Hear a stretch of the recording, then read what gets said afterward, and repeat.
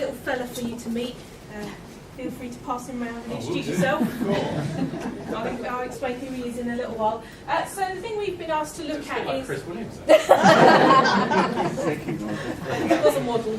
The thing we've been asked to look at, the next question, is how we make effective use of our ICT systems.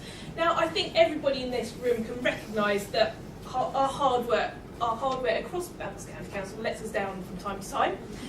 Sometimes more regular. I think last week was a bit of a problem, and that holds us up. That holds us up from doing a good job, and it kind of frustrates people. I think we also recognise that we use a heck of a lot of systems around the county council, and none of those systems seem to be perfect, and there's glitches with all of them. But in this room all week, we have not had any IT experts, and that's not what we focused on. We focused on things, actually, if things were working, what would it feel like? What would we want to see from our ICT systems?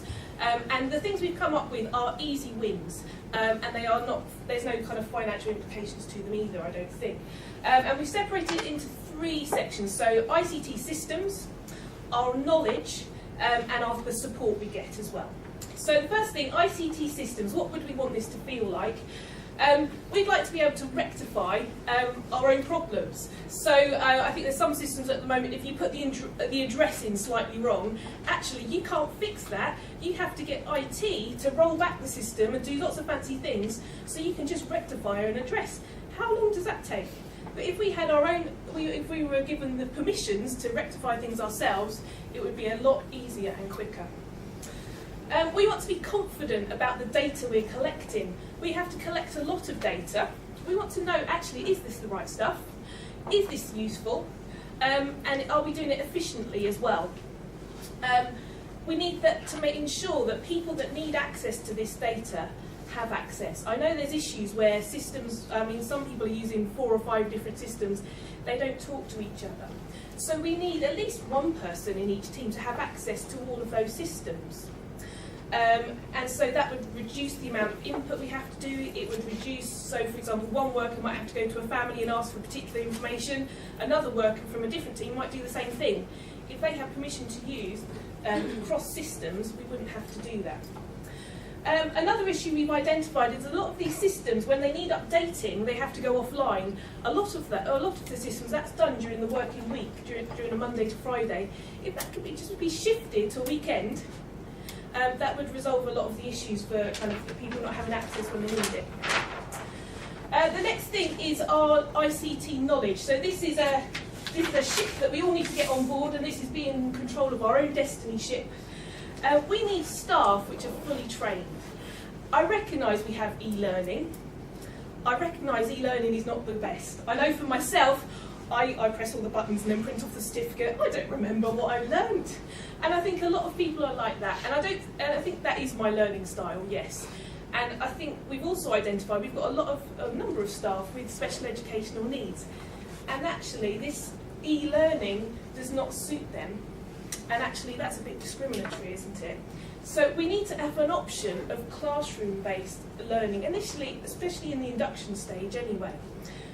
Because in a classroom, you have that interaction with the tutor, you have that interaction with colleagues who are using similar systems. You can share the problems and share the learning.